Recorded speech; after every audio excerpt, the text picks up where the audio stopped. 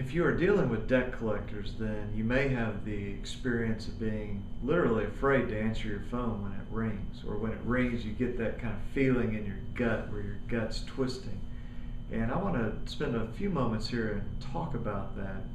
My name is John Watts. I'm a consumer protection attorney in Birmingham, Alabama. And when you're dealing with debt collectors, one thing that people do because of the fear of answering the phone is they just ignore it. And they may not even go over and look at the phone. Pick it up, look at the caller ID, they just ignore it. Or if they do pick up the phone, see the caller ID that it's a collector, then they say, well, I'm not answering that. And my suggestion to you is, if you're in a position where you can talk without distractions, so not while you're driving down the road and you get your kids in the back seat, but you're in a position where you can actually talk, then answer the phone. And I know that that is not kind of our just natural instinct to want to answer the phone when we know that it's going to be unpleasant, but it'll actually help that fear go away. So answer the phone.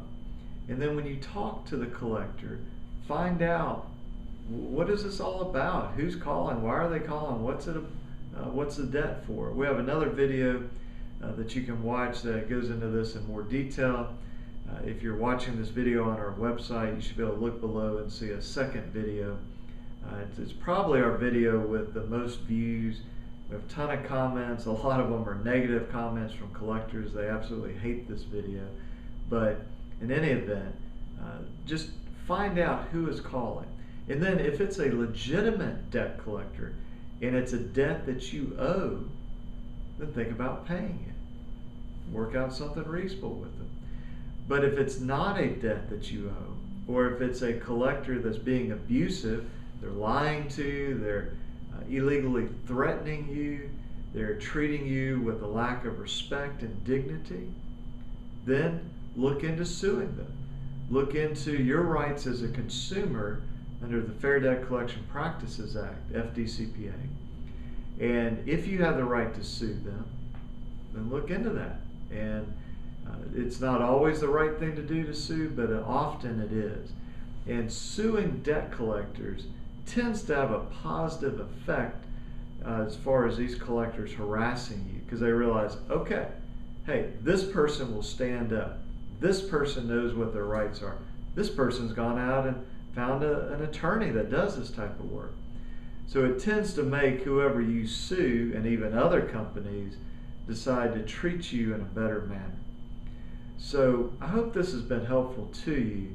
But if you can, you see that phone ring and you hear the phone ring, pick it up, talk to them, face it head on, take very good notes about the conversation, and then sit down with a consumer protection attorney in your state and say, here's what I'm dealing with.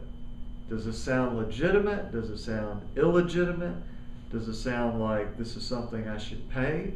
Does it sound like I've been the victim of abusive debt collection practices? And if you have been the victim of abusive debt collection practices, if you do nothing, they're just going to continue to do that to you and to other people. But if you have been abused by a debt collector, seriously look into suing that collector. That's the only way things are going to change.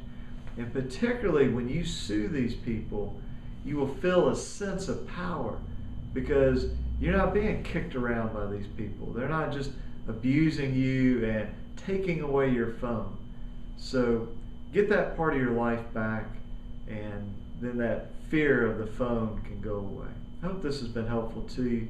If you live in Alabama and you'd like to talk to us, you can call us at 205-879-2447, or you can go to our website, alabamaconsumer.com.